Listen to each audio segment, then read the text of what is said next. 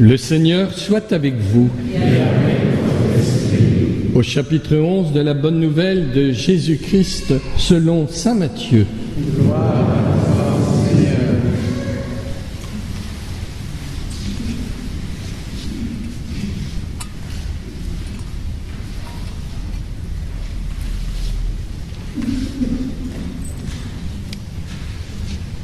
En ce temps-là, Jésus prit la parole et dit : Père, Seigneur du ciel et de la terre, je proclame ta louange, ce que tu as caché aux sages et aux savants, tu l'as révélé aux tout-petits.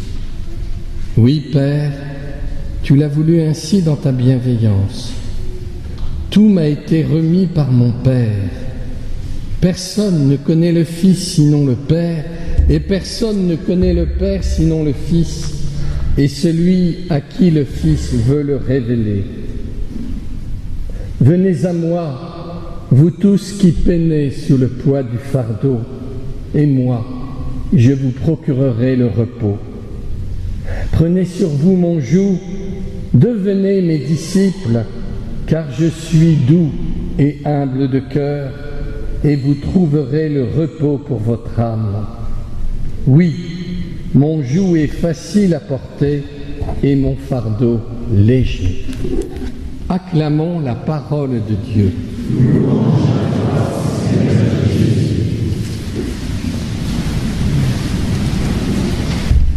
Comment ne pas nous émerveiller de la richesse des textes de la liturgie de ce soir, en cette fête de la Saint-François, et en ce jubilé de la rencontre de Damiette. Oui, ces textes consonnent vraiment avec la vie de François d'Assise et nous tracent un chemin pour aujourd'hui, pour notre aujourd'hui.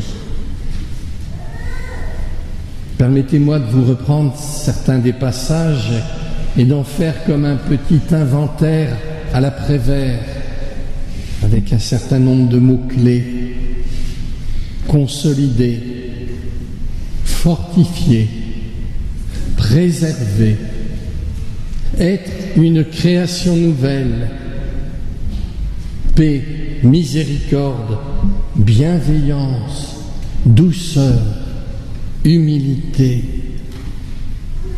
Et cette parole du Christ: personne ne connaît le Fils sinon le Père, et personne ne connaît le Père sinon le Fils, et celui à qui le Fils veut le révéler. Et comme nous le rappelle la croix, mais voilà, Jésus est le souffrant, le crucifié.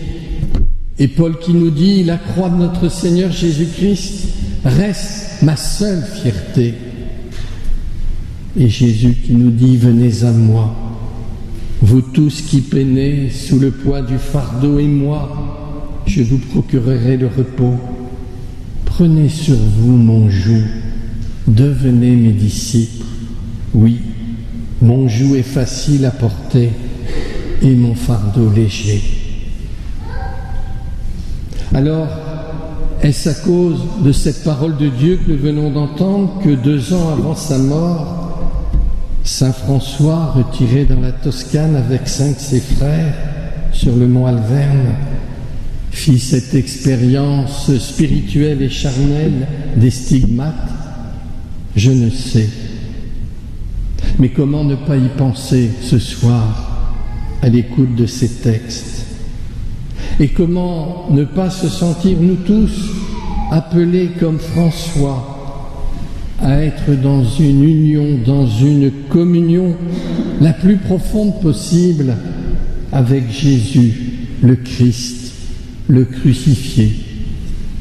Être en union et en communion avec lui, pour par lui, en lui et avec lui, connaître le Père, c'est-à-dire Dieu, et vivre comme des créatures nouvelles, c'est-à-dire dépouillées du péché. Je voudrais reprendre les 5 mots évoqués au début de mon homélie: paix, miséricorde, bienveillance, douceur et humilité. Oui, si je souhaite les reprendre, c'est bien parce que je pense à notre contexte d'aujourd'hui, à celui des hommes et des femmes de notre temps ô combien digne de ce fardeau dont parle Jésus. Guerre, cancer, drame en Méditerranée, drame hier à la préfecture de police, attentat en Irak, et nous pourrions continuer longuement pour évoquer toutes ces croix, toutes ces souffrances qui marquent notre humanité. Alors, dans ces temps de souffrance, saurons-nous vivre dans les mois à venir de ces 5 béatitudes, paix, miséricorde, bienveillance, douceur et humilité?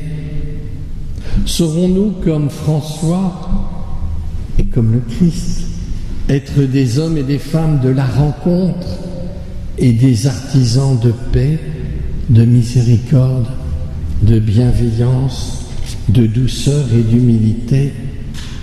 Saurons-nous donner notre confiance à tout homme, même notre ennemi ou opposant d'hier, de lui tendre la main et de lui donner une seconde chance pour vivre de paix, de miséricorde, de bienveillance, de douceur et d'humilité? Oui, disons-nous bien que l'autre, mon frère, ma sœur en humanité, est en attente.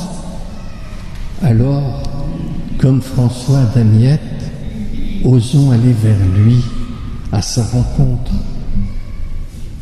Je ne sais si vous aimez le sport et si, comme moi, vous suivez les championnats du monde d'athlétisme, mais quelle belle école de la vie, et tout à fait dans le prolongement de ce que je vous évoque. Nous avons enfin eu des médailles. Et la première médaille, notre première médaille d'argent, est dans le lancer du marteau. Elle est celle d'un jeune Lorrain. Et voilà, ce jeune Lorrain, dans sa jeunesse, avait pris quelques chemins de traverse puisqu'il fut suspendu 2 ans pour cause de dopage. Mais la Fédération française de l'athlétisme lui a donné une deuxième chance. Et il a pris un chemin nouveau et nous savons le résultat. Et puis hier soir, vous savez, la médaille d'or était attendue par nous tous, par moi le premier, en décathlon avec Kevin Mayer. Mais voilà, la médaille lui a échappé pour cause de blessure. Et ses larmes témoignaient de l'humilité que tout homme, même le meilleur, doit faire preuve. Et par le passé, il connut même déconvenus, et ici repartir vaillamment. Alors, on le voit, rien n'est impossible à Dieu, et avec la force du Seigneur, tout est aussi possible pour nous, malgré nos fardeaux, malgré notre péché, malgré nos insuffisances.